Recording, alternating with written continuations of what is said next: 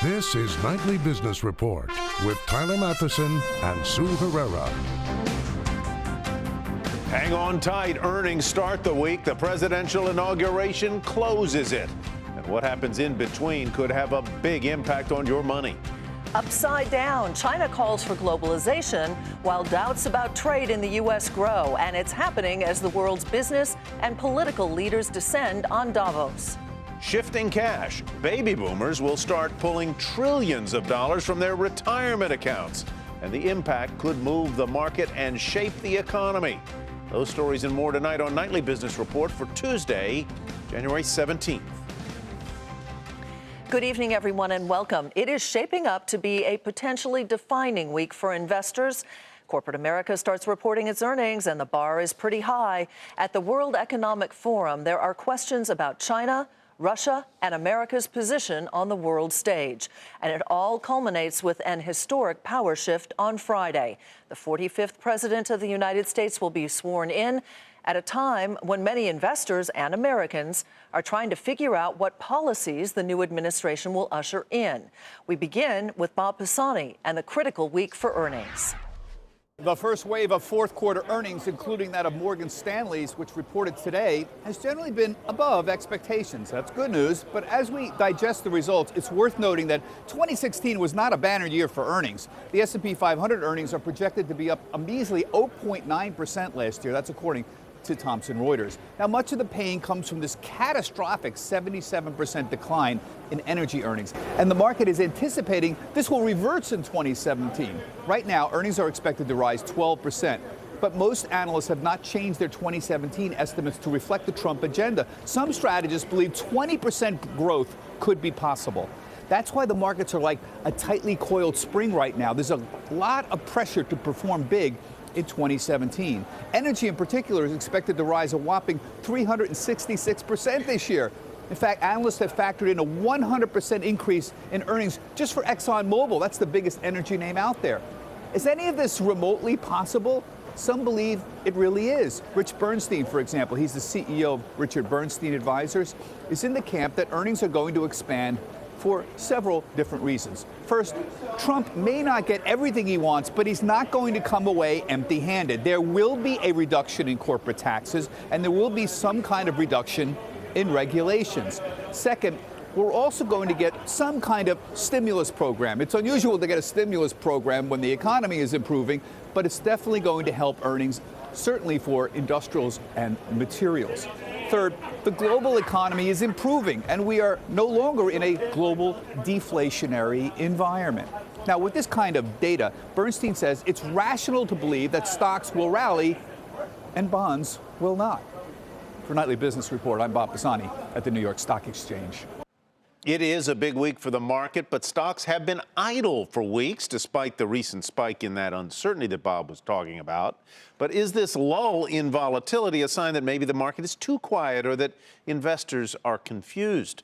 Michael Jones, Chairman and Chief Investment Officer at Riverfront Investment Group, joins us now. Mr. Jones, welcome. Good to have you with us. I heard a statistic earlier today that it's been very rare that we've had such a prolonged period where there have been so few 1% daily moves up or down with the major indexes. What does this suggest to you is going on? I think what we're seeing is a transition in the markets between the euphoria that characterized the markets right after Trump's election to reality slowly setting in. I think what investors are recognizing is that there are the prospects for those earnings gains that Bob Pisani was talking about earlier, but that they require legislation. And legislation is more complicated than just sending out a few tweets. And it's looking like, unlike, say, FDR or Ronald Reagan or even Obama, there's more division between the president-elect and his Congress on some of the major legislative initiatives that are necessary for some of the reforms Bob mentioned. Now, you were aggressive in the market earlier on, and congratulations, because obviously we've had a big run-up. What are you doing right now as the market starts to slow down a little bit and starts to really pay closer attention, not to the rhetoric, but to perhaps what might actually be accomplished? Well, the huge run-up in equity markets and interest rates and in the dollar that we saw right after the Trump election, and pretty much so through the end of 2016, look, we agree with everything that gets people excited about what could come from the Trump administration. But we also think it's going to be a much longer and more complicated process than maybe people were initially hoping. And that means that we may have to wait a little bit longer for those earnings gains that Bob was mentioning. That suggested to us that we take some money off the table as we came into 2017. Not because we're getting bearish, but we were pretty over our skis. We had a fairly aggressive portfolio posture. We wanted to pull back more towards a neutral stance. So if the market did consolidate, if it did give back some of those gains, we'd have some dry powder to put to work. What do you like internationally, Michael? Internationally, we think the best positioned country is probably Japan. Last year, Japan really made some major mistakes in moving to negative interest rates. They surprised the markets with it. They found out that a lot of their banks and trading companies couldn't actually use a negative interest rate in their computer system. That caused a big rally in the yen. It slowed their economy. They got policy back on track as we moved into September. And we also need to recognize that now that monetary policy is a little bit more on a stable footing, you've got a government that is committed to reform, and they're one of the few governments out there with a huge majority and a reform commitment. We think all that's real positive for Japanese equities. All right, Michael, thanks very much. Michael Jones, Riverfront Investment Group in Richmond. The president of China defended international trade and globalization in his first ever speech at the World Economic Forum. President Xi Jinping said economic integration has improved the lives of millions of people. His comments come at a time when Western powers are questioning the benefits of global trade and promoting more protectionist ideas. There's no point in blaming economic globalization for the world's problems, as that is simply not the case, and it will not help solve the problems. From the historical perspective, economic globalization results from growing social productivity and is the natural outcome of scientific and technological advances. It is not something created by any individuals or any countries. President Xi is the first Chinese president to attend the annual gathering of political and business leaders, and added that when it comes to a trade war, there are no winners. Well, as Beijing uses the beautiful snowy backdrop of Davos, Switzerland, to position itself as a global leader, many of the world's richest and most influential people are using the forum to discuss the massive changes underway across the globe. Andrew Ross Sorkin reports tonight from Davos, Switzerland. I'm Andrew Ross Sorkin at the World Economic Forum in Davos, Switzerland, where the top issues are globalization, China after President Xi's historic visit here, the continuing impact of Brexit and some comments by the Prime Minister, Theresa May, and of course, the rise of populism and Donald Trump. Top CEOs like AT&T's Randall Stephenson and Brian Moynihan of Bank of America are here, along with activist and actor Matt Damon, all weighing in on the issues. We've all consistently said, you fix this regulatory environment and you get tax reform. That is the stimulus. That's the catalyst for higher growth. So President-elect Trump comes in, what's he talking about? Tax reform and regulatory reform. This is a pretty interesting world where you have the president of China quoting the great American president about running activities for the people. And we just had a lunch with him. And he is very much concerned that there'll be a retraction from trade and the ability of trade to help the world grow and an ability to rebalance the imbalances in economies and stuff. And I think that's the fear out there. I think we just got to let it play out for a while. Every 90 seconds, a child under the age of 5 is dying because they lack access to clean water and sanitation. That's a fact. But it's also the outcomes people can expect. If you're scavenging for water, you're not in school, right? Which is a huge problem for right. girls. So if they don't have to scavenge for that water and they're in school, they can expect an entirely different life outcome. And it's just getting started. For Nightly Business Report, I'm Andrew Ross Sorkin in Davos, Switzerland. The World Economic Forum, which in years past has promoted ideas like free trade, is happening as the Prime Minister of the United Kingdom outlines plans to exit the European Union's single market. Nancy Hungerford has more from London, where the British pound is rallying.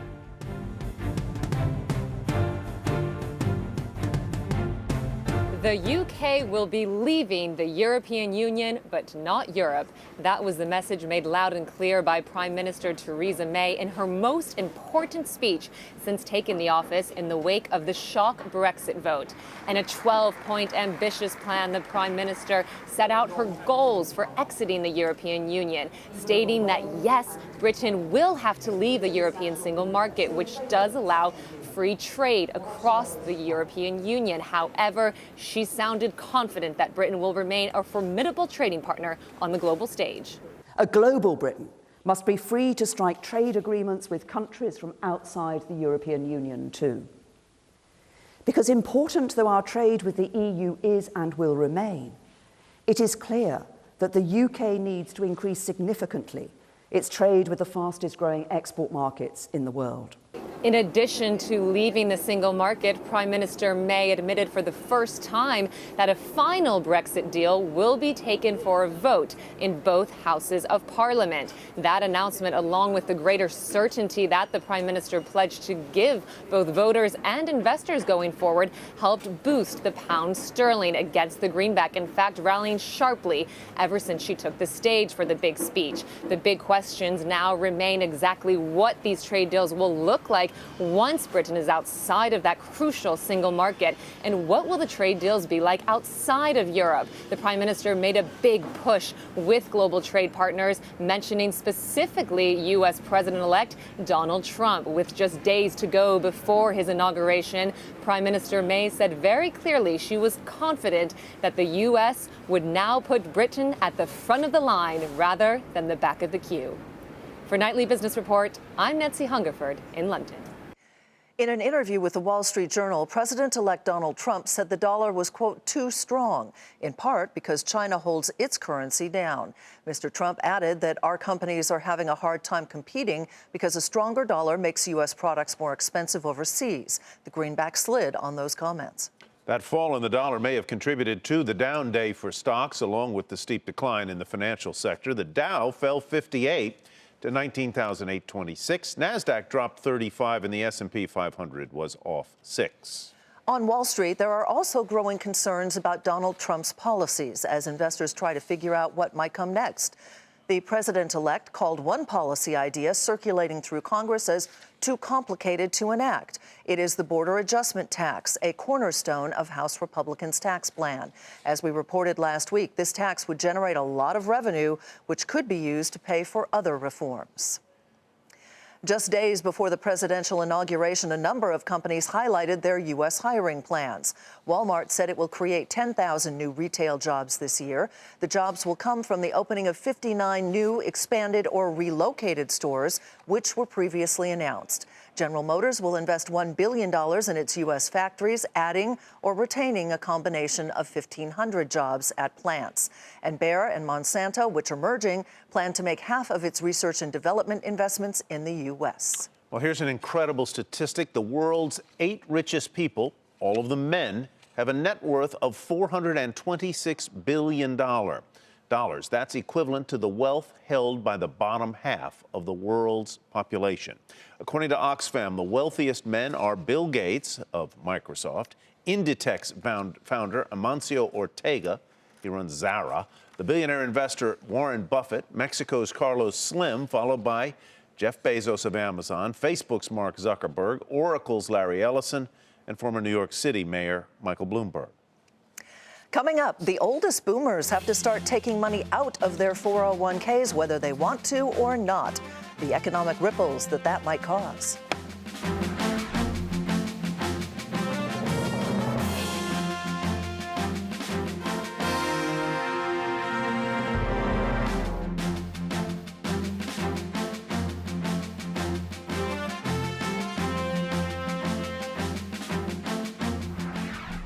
The nation's third largest railroad, CSX, reported a slight dip in earnings, the first of the major rails to report. The railroads drive billions of dollars in economic activity, of course, but will the rest of the sector deliver when they report earnings? Morgan Brennan takes a look. Rail results just got rolling. In total, 4 railroads will release numbers this week, including Union Pacific, Canadian Pacific, and Kansas City Southern. These stocks have ridden the Trump rally. CSX, Union Pacific, and Norfolk Southern have gained double digits since the election, thanks to improving industrial production and prospects for tax reform, infrastructure spending, and deregulation.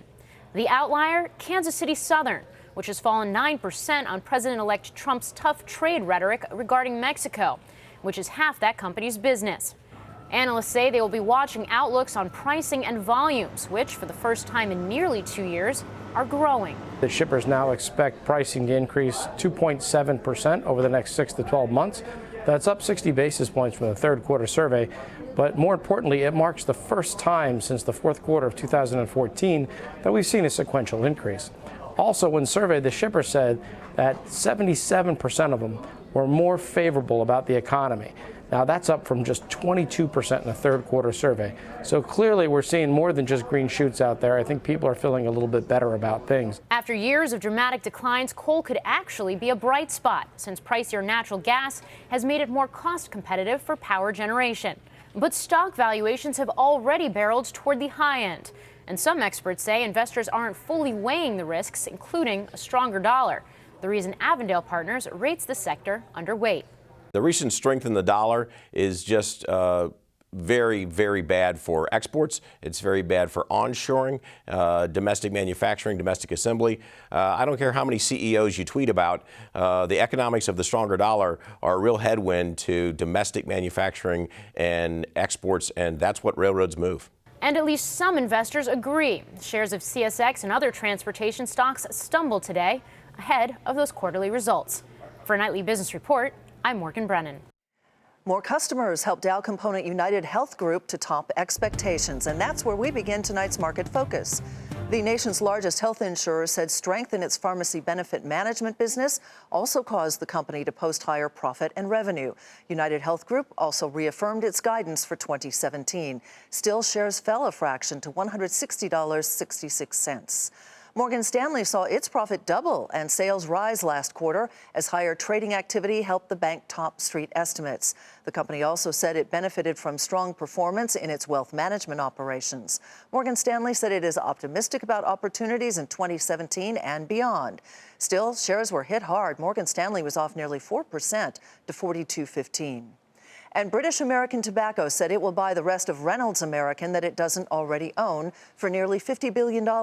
Last year, Reynolds rejected British American's initial takeover bid. Reynolds shares rose 3% to $57.68, while British American shares fell 1% to $113.10.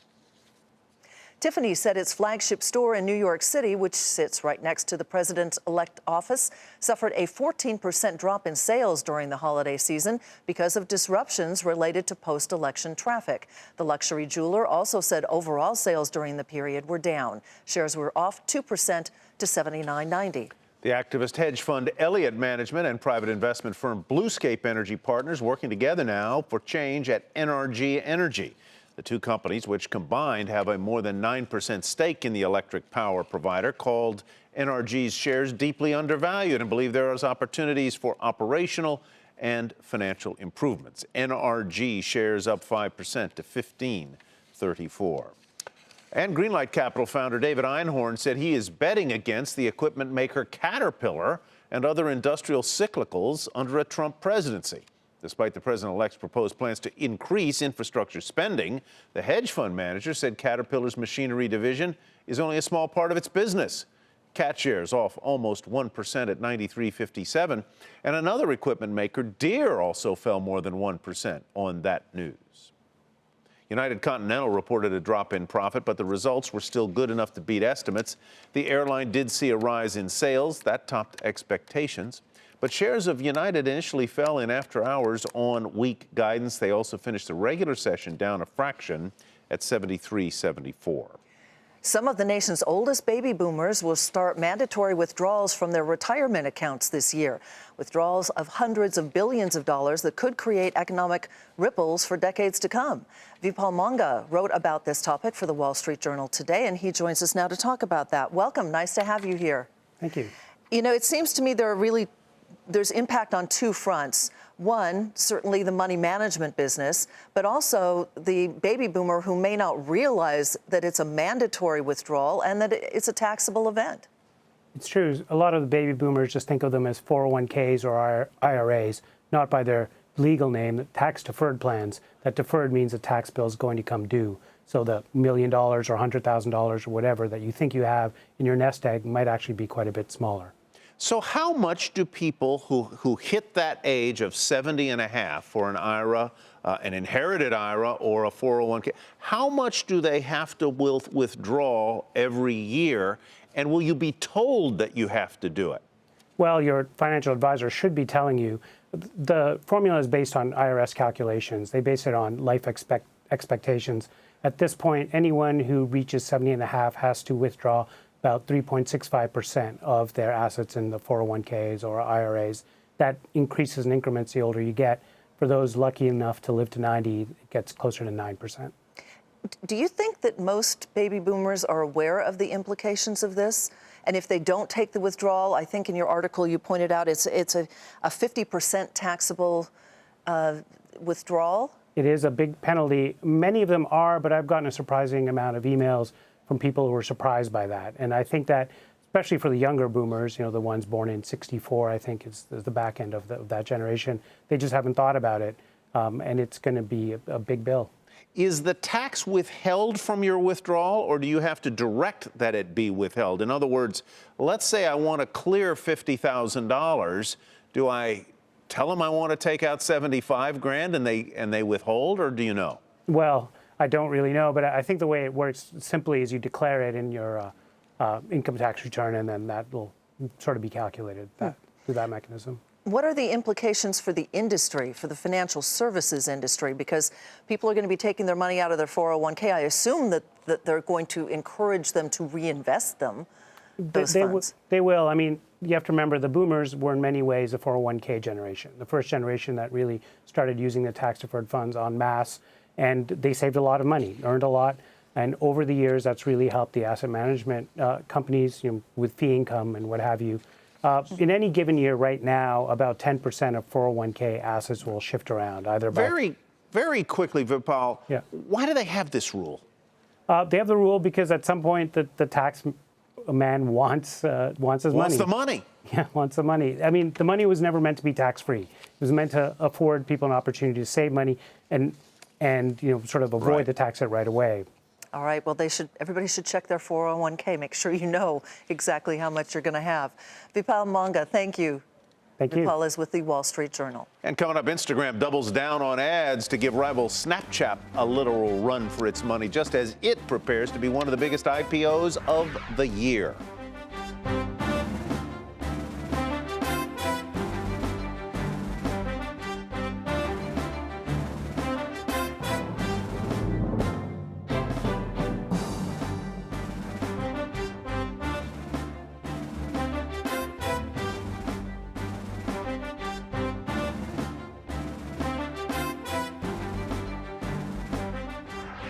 Twitter is officially shutting down Vine. The 6-second video service will be replaced by a camera application instead. The new camera will let users create a short looping video and then share directly on Twitter. Facebook's CEO was in court today. Mark Zuckerberg arrived at a Dallas courthouse in a suit, not his usual hoodie, to defend his company against claims that it stole virtual reality technology when it purchased Oculus. Facebook says the claims are without merit. Facebook's Instagram is turning up the heat on rival Snapchat, going after its advertising revenue. And it comes as Snapchat, the popular app with teens and millennials, prepares to go public in what's expected to be one of the biggest initial public offerings this year. Julia Borston has more.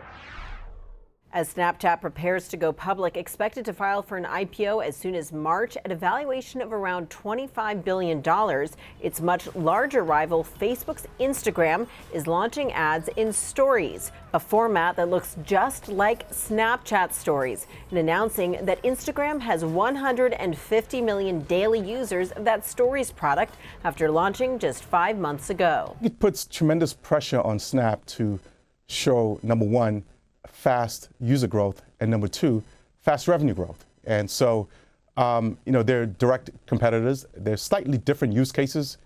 I think, Snapchat is more more video-centric, I think, more so than what Instagram is.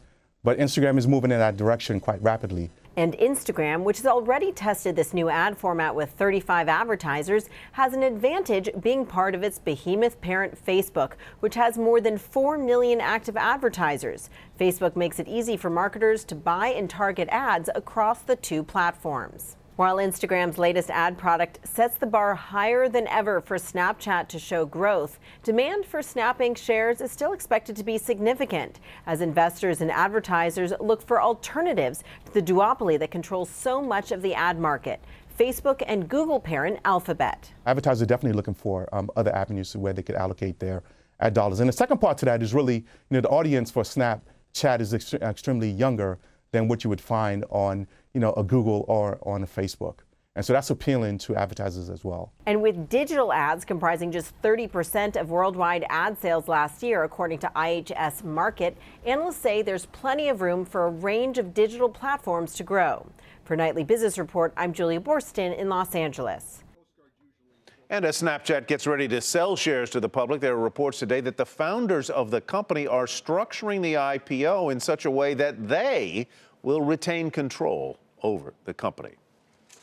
And that'll do it for Nightly Business Report for tonight. I'm Sue Herrera. Thanks for watching. I'm Tyler Mathisen. Thanks from me as well. Have a great evening, everybody, and we will see you back here tomorrow night.